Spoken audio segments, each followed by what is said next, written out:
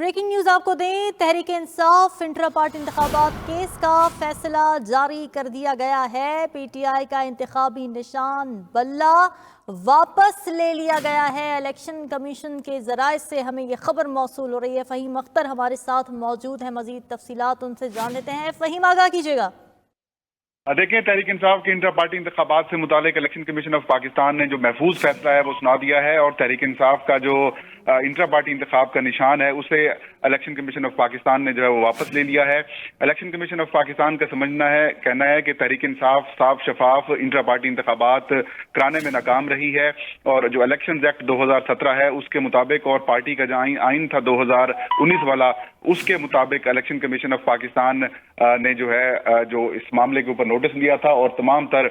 جو معاملہ اس کے اوپر دیکھا تھا، تو اس نتیجے پر پہنچا ہے کہ الیکشن کمیشن کے تحریک انصاف نے شفاف انٹرا پارٹی الیکشنز نہیں کرائے، اس لیے تحریک انصاف کے جو انٹرا پارٹی الیکشنز ہیں ان کو کالعدم قرار دیا جاتا ہے، اور تحریک انصاف کا جو انتخابی نشان ہے وہ الیکشن ایکٹ کے مطابق واپس لے لیا جاتا ہے۔ الیکشن کمیشن آف پاکستان نے اس حوالے سے تحریری فیصلہ جو ہے وہ جاری کر دیا ہے، اور اب سے کچھ دیر پہلے یہ فیصلہ جو ہے وہ جاری کیا گیا ہے، اور سیکشن 215 کے تحت الیکشن کمیشن آف پاکستان نے تحریک انصاف کو انتخابی نشان جو ہے ان کا جو ہے وہ واپس لے لیا ہے، اور بلے کا نشان جو ہے وہ تحریک انصاف سے واپس لے لیا گیا ہے، اور 215 کے تحت الیکشن کمیشن آف پاکستان نے تحریک انصاف کے خلاف یہ کارروائی کی ہے، اور باضابطہ طور پر جو فیصلہ ہے وہ الیکشن کمیشن نے جاری کر دیا ہے۔ فہیم، یہ بتائیے گا کہ 2019 کے پارٹی آئین سے تصادم کہا گیا ہے، متصادم ہے یہ جو الیکشن اس وقت کروائے گئے تھے انٹرا پارٹی کے، یہ بتائیے گا کہ اسکروٹنی میں مسائل کیا سامنے آئے تھے، نشاندہی کیا ہو سکی؟ دیکھیں، جو تحریک انصاف کی جانب سے انٹرا پارٹی انتخابات کرائے گئے تھے اس کے اوپر الیکشن کمیشن آف پاکستان میں جو سماعتیں ہوئی تھیں، اور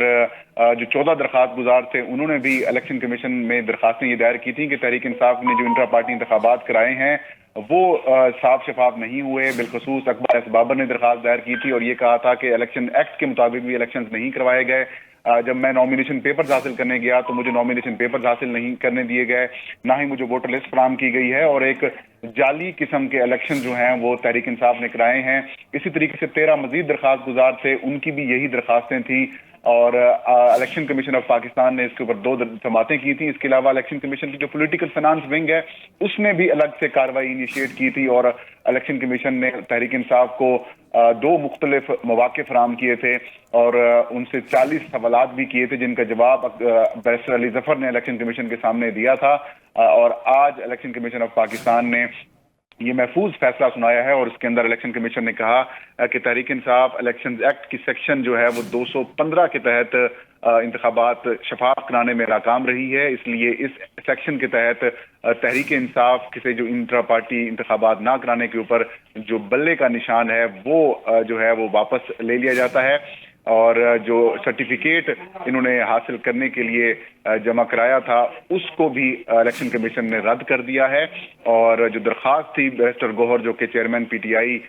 نامزد ہوئے تھے ان کو بھی انہوں نے ایکسیپٹ کرنے سے انکار کر دیا ہے، اور اب الیکشن کمیشن آف پاکستان کا کہنا ہے کہ تحریک انصاف آئندہ عام انتخابات میں الیکشن لڑنے کے لیے اہل نہیں ہے، اور اب تحریک انصاف اس حوالے سے فیصلہ کرے گی کہ وہ کیا الیکشن کمیشن آف پاکستان کے اس فیصلے کو ہائی کورٹ کے اندر چیلنج کرے گی یا پھر جو باقی پروسیس ہے وہ مکمل کرے گی۔ فہیم، یہ بتائیے گا کہ کیا اس کے نتیجے میں بیرسٹر گوہر کی پارٹی چیئرمین شپ بھی کالعدم قرار دی جا چکی ہے؟ دیکھیں، جو تحریک انصاف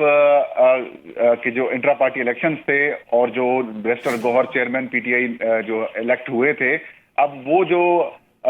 الیکشن تھا اس کو الیکشن کمیشن آف پاکستان نے ایکسیپٹ کرنے سے انکار کر دیا ہے، تو اس کا مطلب یہ ہے کہ اب بیرسٹر گوہر جو ہیں وہ چیئرمین پی ٹی آئی بھی نہیں رہے الیکشن کمیشن آف پاکستان کے مطابق، اور جو اب پی ٹی آئی اس ساری صورتحال کے اندر